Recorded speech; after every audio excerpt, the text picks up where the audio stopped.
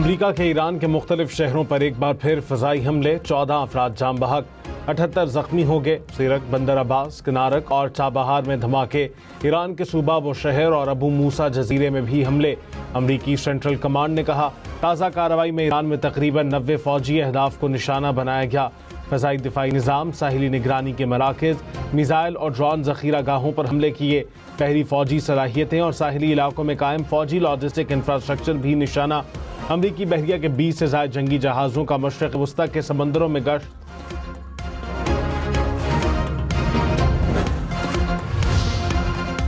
امریکی حملوں کے بعد ایران کے جوابی حملے، قطر، کویت اور بحرین میں امریکی اڈوں پر حملے۔ پاسداران انقلاب کے مطابق کویت میں میزائل دفاعی نظام کو نشانہ بنایا گیا، قطر میں سیٹلائٹ اینٹنا اور بحرین میں امریکی فوج کے ایندھن کے ذخائر کو نشانہ بنایا گیا۔ کارروائی میں بڑی تعداد میں مختلف اقسام کے ڈرون استعمال کیے گئے۔ امریکہ نے دوبارہ حملے کیے تو جواب موجودہ اہداف تک محدود نہیں رہے گا۔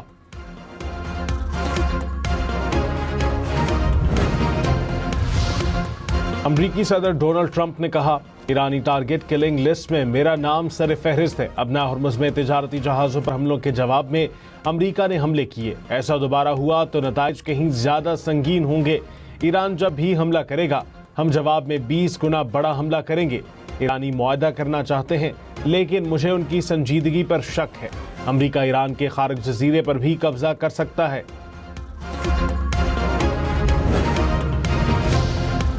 وفاقی وزیر داخلہ محسن نقوی کی U N secretary general Antonio Guterres سے ملاقات، علاقائی صورتحال اور بین الاقوامی امور پر تبادلہ خیال۔ محسن نقوی نے کہا چیلنجز کے باوجود پاکستان نے امن و استحکام کو فروغ دینے کے لیے کردار ادا کیا۔ انسانی جانوں کے تحفظ کے لیے فیلڈ مارشل اور وزیر اعظم نے کردار ادا کیا۔ انتونیو گوتریس کا عالمی امن کے لیے پاکستان کے طویل المدتی تعاون پر اظہار تشکر۔ وزیر اعظم شہباز شریف آج ایک روزہ دورے پر کوئٹہ پہنچیں گے۔ ذرائع کے مطابق وزیر اعظم کوئٹہ میں امن و امان سے متعلق اعلیٰ سطح اجلاس کی صدارت کریں گے۔ اجلاس میں بلوچستان کی مجموعی امن و امان کی صورتحال کا جائزہ لیا جائے گا۔ متعلقہ حکام وزیر اعظم کو سیکیورٹی صورتحال پر بریفنگ دیں گے۔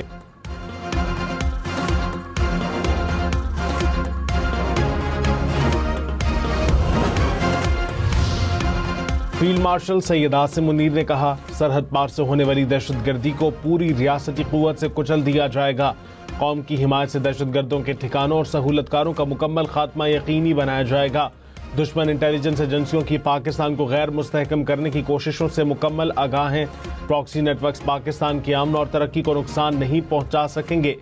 جنگیں میڈیا کے شور یا سیاسی نعروں سے نہیں بلکہ ایمان، اتحاد اور نظم و ضبط سے جیتی جاتی ہیں۔ مسلح افواج کی پیشہ ورانہ صلاحیت، بلند حوصلے اور آپریشنل تیاری پر مکمل اعتماد ہے۔ بلوچستان میں فتنہ الخوارج اور فتنہ الہندوستان کے 54 دہشت گرد ہلاک۔ ترجمان پاک فوج نے کہا 4 روز میں بلوچستان میں دہشت گردی کے 3 بڑے واقعات ہوئے، 42 قیمتی جانیں ضائع ہوئیں۔ زیارت منگی چیک پوسٹ حملے میں پولیس کے 27 جوان شہید ہوئے۔ بیلا بندر میں آرمی کانوائے پر حملے میں پاک فوج کے 11 جوان شہید ہوئے۔ بی ایل اے کے 14 دہشت گرد مارے گئے۔ زیارت میں کم از کم 15 دہشت گرد ہلاک ہوئے۔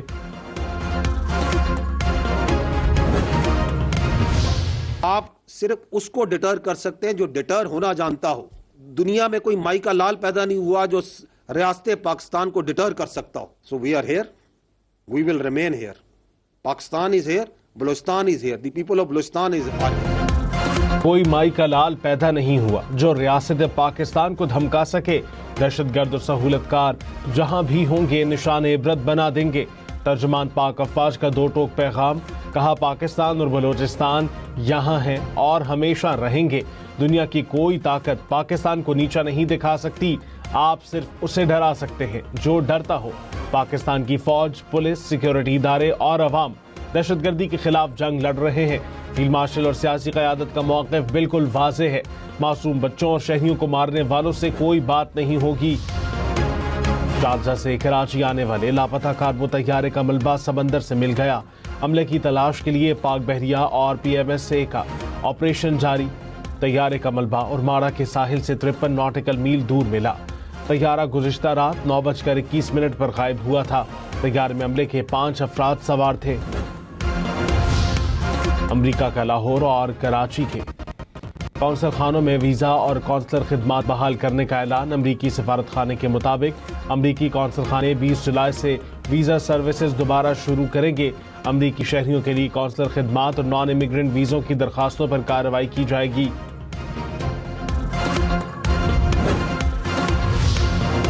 چیئرمین وزیر اعظم میری time task force Iftikhar Rao نے کہا، میری ٹائم کے بہت سے مسائل ترجیحی بنیادوں پر حل کیے ہیں۔ دنیا کی 80% تجارت سمندری راستے سے ہوتی ہے۔ پاکستان وسطی ایشیا تک رسائی کا اہم ذریعہ ہے۔ میری ٹائم میں بہترین کارکردگی پر پاکستان کی درجہ بندی میں 30% بہتری ریکارڈ ہوئی۔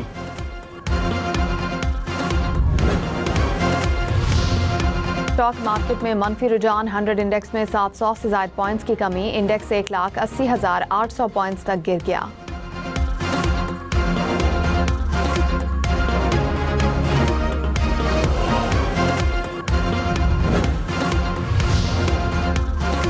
سونا 3,600 روپے فی تولہ مہنگا، نئی قیمت 4,33,836 روپے ہو گئی۔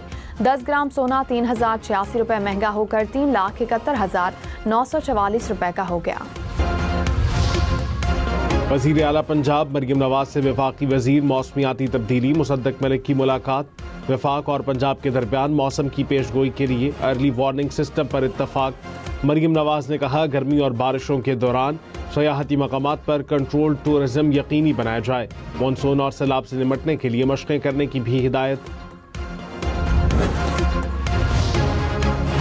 وزیر اعظم اسحاق ڈار سے کروشیا کے وزیر خارجہ کی ملاقات، دو طرفہ تعلقات اور تعاون کے فروغ پر بات چیت۔ اسحاق ڈار نے کہا، یورپی یونین پاکستان کا مضبوط تجارتی شراکت دار ہے۔ پاکستان اور کروشیا کے درمیان مختلف شعبوں میں تعاون کے خواہاں ہیں۔ کروشین وزیر خارجہ نے کہا، باہمی تعلقات کو فروغ دیں گے۔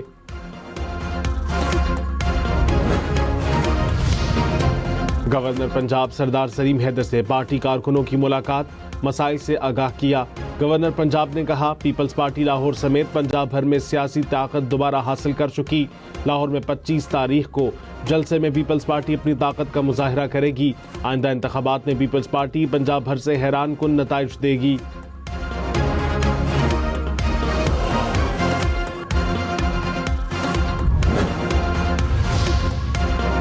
کراچی، لاہور، اسلام آباد سمیت ملک بھر کے لیے بجلی 34 پیسے فی یونٹ مہنگی۔ نیپرا نے ماہانہ فیول پرائس ایڈجسٹمنٹ کی مد میں نوٹیفیکیشن جاری کر دیا۔ جولائی کے بجلی بلوں میں صارفین کو اضافی ادائیگیاں کرنا ہوں گی۔ بھارت میں مانسون کی شدید بارشوں نے تباہی مچا دی۔ دارالحکومت دہلی میں بارش کے باعث عمارت گرنے سے 4 افراد ہلاک۔ دہلی اور ریاست ہریانہ کے بعض علاقوں کے لیے ریڈ الرٹ جاری۔ پانی جمع ہونے کے باعث دہلی ایئرپورٹ جانے والی سڑکوں پر شدید ٹریفک جام۔ ریاست مہاراشٹرا میں بارش کے باعث مختلف واقعات میں 18 افراد ہلاک ہو چکے۔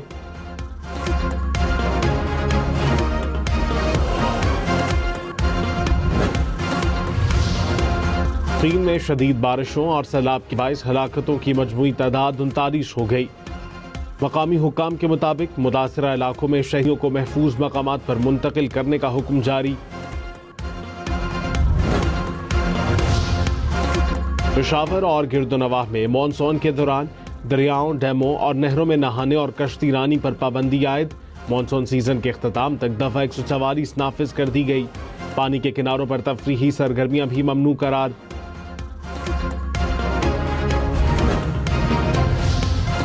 اسپیکر ایرانی پارلیمنٹ باقر کالیباف نے کہا، امریکہ کو اب یہ سمجھ لینا چاہیے کہ دوست، دباؤ اور وعدہ خلافی کی پالیسی مزید نہیں چل سکتی۔ اگر امریکہ نے حملہ کیا تو ایران بھی بھرپور جواب دے گا۔ بے مقصد دباؤ ڈالنے کے بجائے حقیقت کو تسلیم کیا جائے۔ اب نہ ہرمز صرف ایران کی شرائط اور انتظامات کے تحت کھلے گی، امریکی دھمکیوں سے نہیں۔ پاکستان کا خطے میں بڑھتی کشیدگی پر اظہار تشویش، فریقین پر مفاہمتی یادداشت کے تحت وعدوں کو برقرار رکھنے پر زور۔ ترجمان دفتر خارجہ نے کہا، فریقین تحمل کا مظاہرہ کریں، علاقائی امن و استحکام کو نقصان پہنچانے والے اقدام سے باز رہنے کا مطالبہ کرتے ہیں۔ امن کے حصول کے لیے مذاکرات اور سفارتکاری کا کوئی متبادل نہیں، پاکستان اپنا کردار ادا کرنے کے لیے تیار ہے۔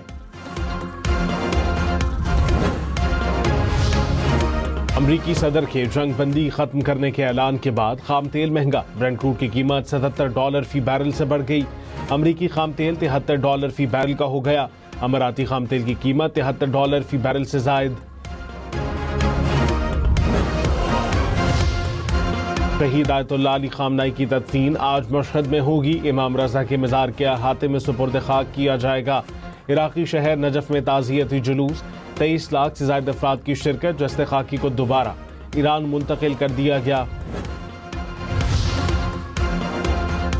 مادر ملت فاطمہ جناح کی 59ویں برسی آج عقیدت و احترام کے ساتھ منائی جا رہی ہے. فاطمہ جناح نے قیام پاکستان کی جدوجہد میں بھائی قائد اعظم محمد علی جناح کا ہر قدم پر ساتھ دیا. قوم آج انہیں ایک بااصول، نڈر اور عوام دوست رہنما کے طور پر خراج عقیدت پیش کر رہی ہے. صدر اور وزیر اعظم کی جانب سے خراج عقیدت پیش. مشیر وزیر اعلیٰ پنجاب علی ڈار کا دربار حضرت داتا گنج بخش کا دورہ. دربار پر جاری تعمیراتی و ترقیاتی کاموں کا جائزہ لیا. علی ڈار نے کہا دربار کے تقدس، تاریخی ورثے کا تحفظ پنجاب حکومت کی اولین ترجیحات میں شامل ہے. وزیر اطلاعات پنجاب عظمہ بخاری سے امریکی کونسل جنرل کی ملاقات. امریکی کونسل جنرل نے پنجاب فلم سٹی کے قیام اور تھیٹر کی بحالی کے لیے اقدامات کو سراہا. امریکی فنکاروں اور ہمراہ آرٹس کونسل کے درمیان مشترکہ پارٹنرشپ قائم کرنے پر تبادلہ خیال.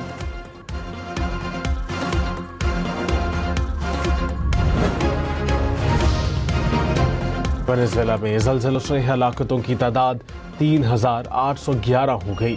16,740 افراد زخمی. بے گھر ہونے والے افراد کی تعداد 18,000 کے قریب ہے.